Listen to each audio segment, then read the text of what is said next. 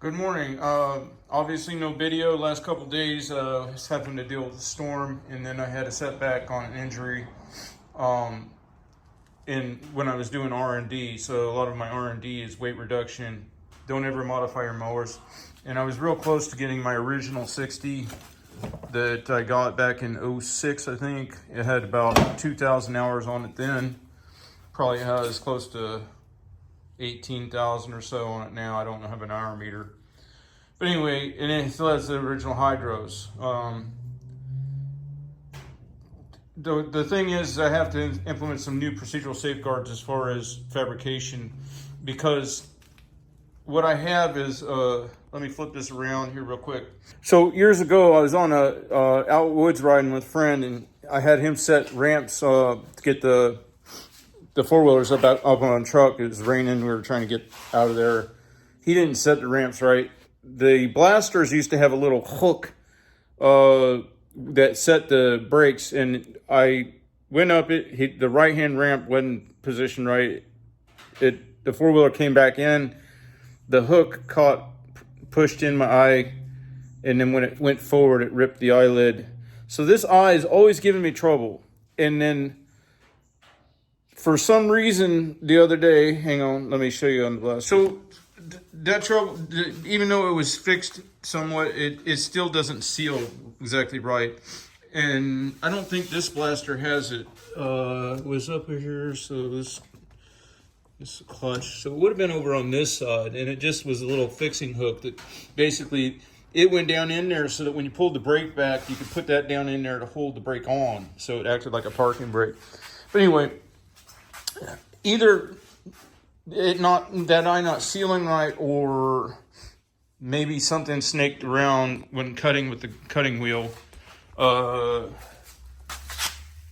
Something snaked around and got behind the protective glasses. So going forward, what I'm going to do, because I do like to fabricate and I do like to try to come up with better plans, better ways, more efficient, is I'm going to use full goggles and the face shield, and make sure I start wearing my respirator all the time, because those cutting discs are coming from offshore. I don't know what exactly could be in them.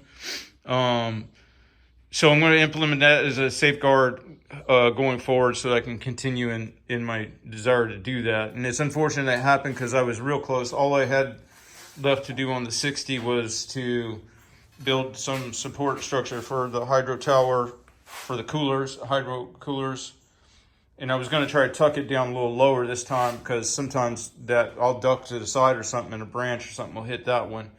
I only need enough clearance for me to be able to lift this cover off to service the air filter. So, and then was going to have to rewire it. So, was real close on that. And then the only other thing that was going to happen on the 60 was, probably a lot of you guys get this, but there'll always be people who come, oh, I've never had that problem. Well, other people do. When you ride down the road, sometimes you get these front wheels, either the side that's on the crown gets unweighted, and it'll do like the shopping cart at speed, right? So if you're there, again, people conflate.